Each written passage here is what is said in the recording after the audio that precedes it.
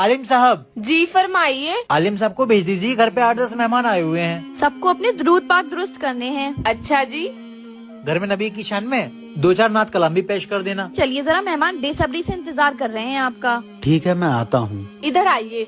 खूब मजाक उड़ाएंगे, बस घर पे चलने दो बस। जानते नहीं हैं आप, ये हमारे पड़ोसी हैं। आपके इस फटे हाल की मजाक बनेगी वहाँ जाकर, रुस्वा करेंगे वो लोग आपको। अब चाहे कितनी भी रुसवाई हो, कितनी भी मेरे फटे हाल की मजाक बने, लेकिन मैं जाऊंगा, क्योंकि उन्होंने अल्लाह और अल्लाह के रसूल का जिक्र सुनने को कहा है, नाते कलाम सुनने को कहा है।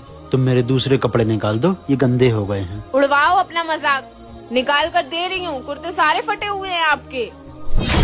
हाँ, ये कुर्ता कहाँ से आया? समझ गया, मैंने अल्लाह और उसके रसूल का कलाम पढ़ने के लिए अपनी इज्जत की परवाह नहीं की, इसलिए अल्लाह ने मेरे लिए ये नया कुर्ता भेज दिया। अल्लाह के हुजूर